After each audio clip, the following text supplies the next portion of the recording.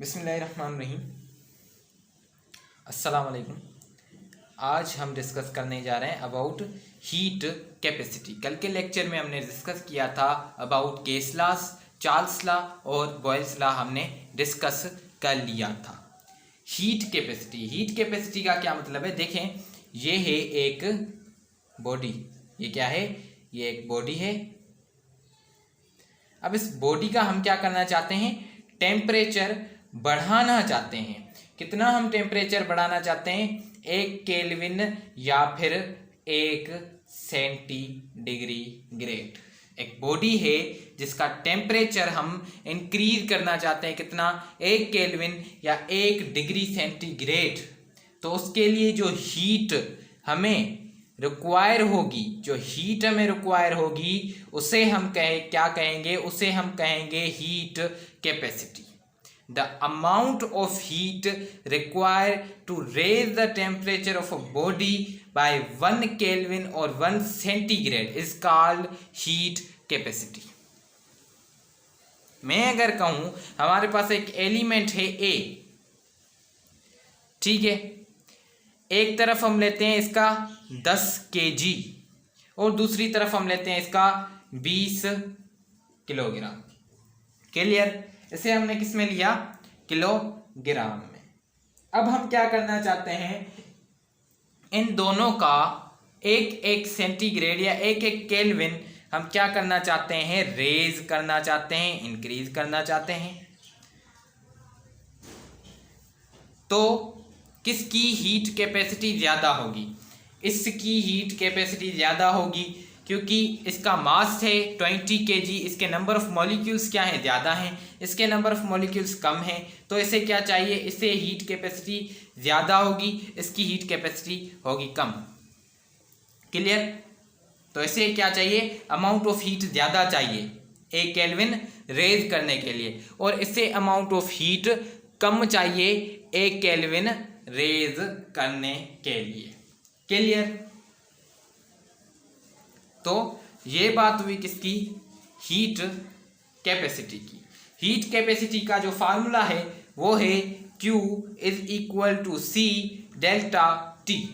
ये हुआ heat capacity का फार्मूला। Q इसमें है हीट कैपेसिटी अगर हम निकालना चाहें, ये है heat capacity. Clear? C = delta T क्या कर रहा है? इस हीट कैपेसिटी से मल्टीप्लाई कर रहा है। इससे ले जाएं किससे? हीट के साथ डिवाइड करवा दें। Q divided by change in temperature. हमें मिल गया क्या? हमें मिल गया हीट कैपेसिटी का formula Q divided by delta T। अब Q क्या है? Heat is the form of energy. Energy का यूनिट होता है जाउल, तो इसका हीट का यूनिट भी क्या हुआ? Joule. Clear? Change in temperature का यूनिट होता है केल्विन, तो ये हमें क्या मिल गया? यूनिट मिल गया किसका? हीट कैपेसिटी का। क्लियर? हीट कैपेसिटी का हमें यूनिट मिल गया।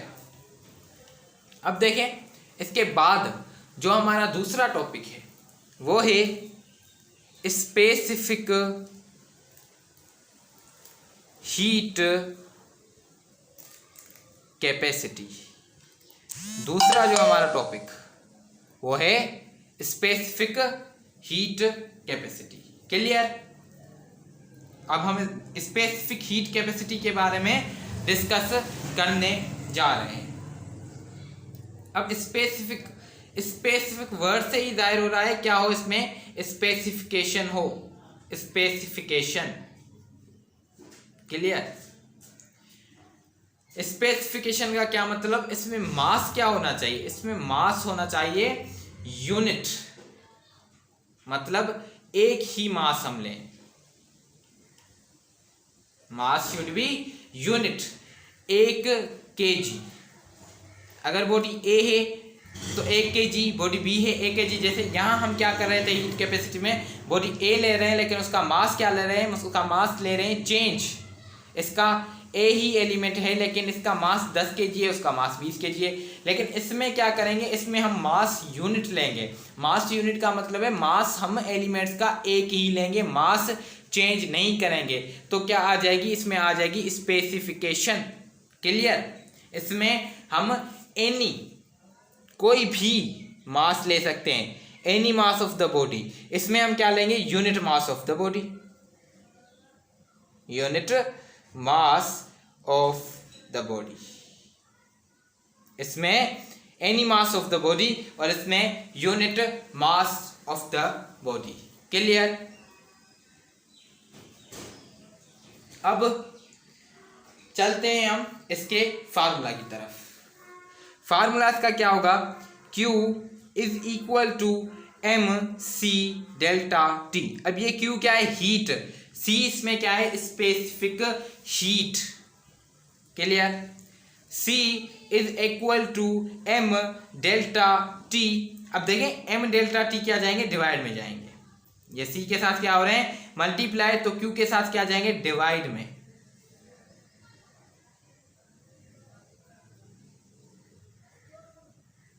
Q divided by delta T.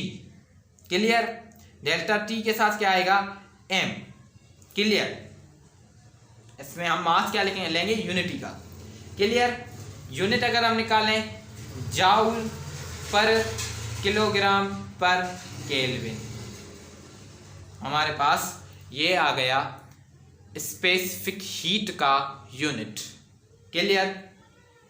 अब चलें आगे।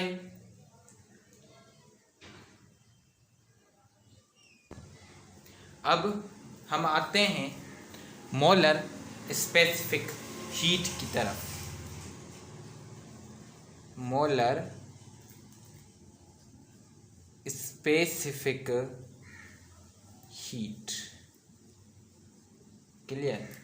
अब देखें इसमें हम क्या करेंगे, इसमें हम गैस लेंगे, कोई भी गैस, ठीक है, एनी गैस, कोई भी गैस लें, उसका आप टेम्परेचर क्या करना चाहते हैं, बढ़ाना चाहते हैं बाय 1 केल्विन या 1 सेंटीग्रेड। कोई गैस ली आपने, उसका आप टेम्परेचर बढ़ाना चाहते हैं, कितना, 1 केल्विन या 1 डिग्री सेंटीग्रेड। तो इसमें किस वर्ड का जिक्र आ रहा है, इसमें देखें, अगर आप टॉपिक देखेंगे तो टॉपिक में आ रहा है molar specific heat. Molar specific heat. Molar specific heat का क्या मतलब है, वर्ड से क्या जाहिर हो रहा है, तो मोल, तो इसकी डेफिनेशन क्या होगी, amount of heat required to raise the temperature, किसका, 1 mole of any gas, raise the temperature of 1 mole of any gas, 1 mole of any gas is called molar specific heat। कोई गैस हमें मिली हुई है जिसका 1 मोल है, ठीक है, 1 मोल की गैस का हम क्या करना चाहते हैं, हम 1 केल्विन टेम्परेचर बढ़ाना चाहते हैं, तो जितनी हीट हमें उसे देनी पड़ेगी उसे हम कहेंगे molar specific heat capacity. Clear.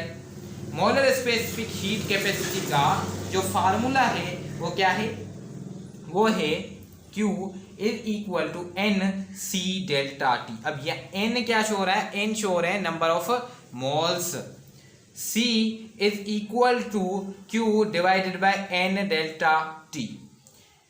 Joule पर मोल पर केल्विन, ये क्या हुआ इसका यूनिट। क्लियर। क्लियर है यहां तक बात। अब देखें यहां पर मैं लिखने जा रहा हूं, यहां पर मैं करने जा रहा हूं Q is equal to C delta T. इस किसका फार्मूला है, हीट कैपेसिटी का। Q is equal to M C delta T, specific heat capacity. अगर मैं इनका रेशो निकालना चाहूँ Q बाय Q, ठीक है, C delta T divided by M C delta T. Clear. Delta T में कैंसल, सी में कैंसल, क्यू किस में, क्यू में। क्लियर, ये क्या होंगे आपस में कैंसिल होंगे, लेकिन अब सी इसमें कैंसिल नहीं होगा। क्यों कैंसिल नहीं होगा? ये सी किस चीज़ का है, ये सी किस चीज़ का है? ये सी जो हमने लिया है ये है हीट कैपेसिटी का। आप ध्यान से इसे लिखिएगा, इसके नीचे लिख दीजिएगा एच सी। क्या लिख दें, देखें आप ऐसे लिखें, Q by Q is equal to C H C, heat capacity delta T divided by M. यहाँ पर जो सी लिखें आप वो लिखें स्पेसिफिक हीट कैपेसिटी, ताकि आपको समझ आ जाए कि इन दोनों सी को हमने कैंसल नहीं करना। डेल्टा टी में कैंसल, क्यू में कैंसल। सी किसका, हीट कैपेसिटी का। Heat capacity is equal to M specific heat capacity. तो ये हमारे पास इनका रिलेशनशिप आ गया। क्लियर। इसके बाद हमने डिस्कस करना है क्या, लेटेंट हीट। तो अब हम पढ़ेंगे लेटेंट हीट के बारे में। लेटेंट हीट, ये चीजें हमने पहले लेक्चर में भी डिस्कस की थी। क्या मतलब, इसका मतलब है हीट क्या करें हम, प्रोवाइड करें। हीट प्रोवाइड किसके लिए, for the state change. Heat हम प्रोवाइड करें किसके लिए, स्टेट को चेंज करने के लिए। वाटर हमने लिया, वाटर का कंटेनर है, इसमें वाटर पड़ा है, ठीक है। हम क्या कर रहे हैं, हम इसे बॉईल कर रहे हैं। क्या कर रहे हैं, इसे हम बॉईल कर रहे हैं। बॉईल करते करते इसका टेम्परेचर जाकर पहुंचेगा 100 डिग्री सेंटीग्रेड पर, ठीक है, 100 डिग्री सेंटीग्रेड पर। क्लियर। जिस पर क्या होता है, वाटर बॉईल करना शुरू होता है। ये एक ऐसा टेम्परेचर है जहां पर वाटर क्या होता है, वेपर्स में चेंज होता है। मतलब लिक्विड की स्टेट चेंज होती है किसमें, गैस में। लिक्विड किस में चेंज होता है, लिक्विड चेंज होता है गैस में। 100 डिग्री सेंटीग्रेड पर वाटर बॉयल होना शुरू होता है। तो क्या हो रही है, इस स्टेट पर इस टेम्परेचर पर स्टेट चेंज हो रही है। क्लियर, यहां तक बात क्लियर है। अब देखें 100 तक जब पहुंचेगा, पहले आएगा, देखें पहले हम टेम्परेचर बढ़ाते जाते हैं 20, 30, 40, 50, 60, 70, 100 तक। तब जब पहुंचे, पहले टेम्परेचर चेंज होता जाएगा, लेकिन इस जगह पर आकर क्या होगी, लेटेंट हीट। इस जगह पर क्यों, क्योंकि इस जगह पर जाकर क्या होता है, स्टेट चेंज होती है। तो स्टेट चेंज हम क्या करें, हीट प्रोवाइड करें किसके लिए, स्टेट चेंज करने के लिए। उसे हम कहते हैं क्या, उसे हम कहते हैं लेटेंट हीट। अब देखें जैसे ही यहाँ पर टेम्परेचर पहुंचेगा, जितनी आप हीट प्रोवाइड करेंगे वो क्या करेगी, स्टेट को चेंज करती जाएगी। इससे पहले जब 20 हुई, 30 हुई, 40 हुई, तो हीट जो हम प्रोवाइड कर रहे थे वो किस में जा रही थी, वो जा रही थी इंटरनल एनर्जी में। इंटरनल एनर्जी में जाते जाते जब टेम्परेचर वाटर का पहुंचा 100 डिग्री सेंटीग्रेड पर, तब अब जब आप हीट प्रोवाइड करेंगे तो वो हीट क्या करेगी, वो हीट इस टेम्परेचर को तो इंक्रीज नहीं करेगी, लेकिन वो हीट जाएगी किस में, वो हीट जाएगी इसको स्टेट चेंज करने में। क्लियर। 100 सेंटीग्रेड पर इंटरनल एनर्जी हो जाएगी मैक्सिमम। अब इंटरनल एनर्जी नहीं बढ़ेगी, आप चाहे कितनी भी हीट बढ़ाते जाएं। क्लियर। अब इसका जो लेटेंट हीट का फार्मूला है वो है Q is equal to mH। Clear. अब लेटेंट हीट के दो टाइप्स हैं, कौन कौन से, लेटेंट हीट ऑफ वेपोराइजेशन, पहले से डिस्कस कर लेते हैं। Latent of heat of vaporisation का मतलब क्या है, हम हीट प्रोवाइड करें तो क्या हो, लिक्विड को हम हीट प्रोवाइड करें वो किस में चेंज हो जाए, गैस में। लिक्विड से जब स्टेट चेंज हो जाए गैस में तो उसे हम कहेंगे latent heat of vaporisation. Clear. Q is equal to MHV। V का मतलब है vaporisation, latent heat of fusion. Latent heat of fusion, latent heat of fusion का क्या मतलब है? लेटेंट हीट ऑफ फ्यूजन का मतलब है जब स्टेट चेंज हो किस में से, सॉलिड में से, और जाए किस में, लिक्विड में। जैसे कि आइस से क्या हो, रूम टेम्परेचर में पर हम आइस को रखें, वो चेंज हो जाए वाटर में, तो स्टेट सॉलिड से लिक्विड में चेंज हुई, इसे हम कहेंगे लेटेंट हीट ऑफ फ्यूजन। और जब हम क्या करें, जब हम वाटर को बॉईल करते हैं, वो लिक्विड होता है, 100 डिग्री सेंटीग्रेड पर पहुंचता है, तो लिक्विड किस में चेंज होना शुरू करता है, वेपर्स में, गैस में। तो इसे हम कहेंगे latent heat of vaporisation. Latent heat of vaporisation का मतलब है जब लिक्विड से गैस में स्टेट चेंज हो, और लेटेंट हीट ऑफ फ्यूजन का मतलब है जब स्टेट चेंज हो सॉलिड से लिक्विड में।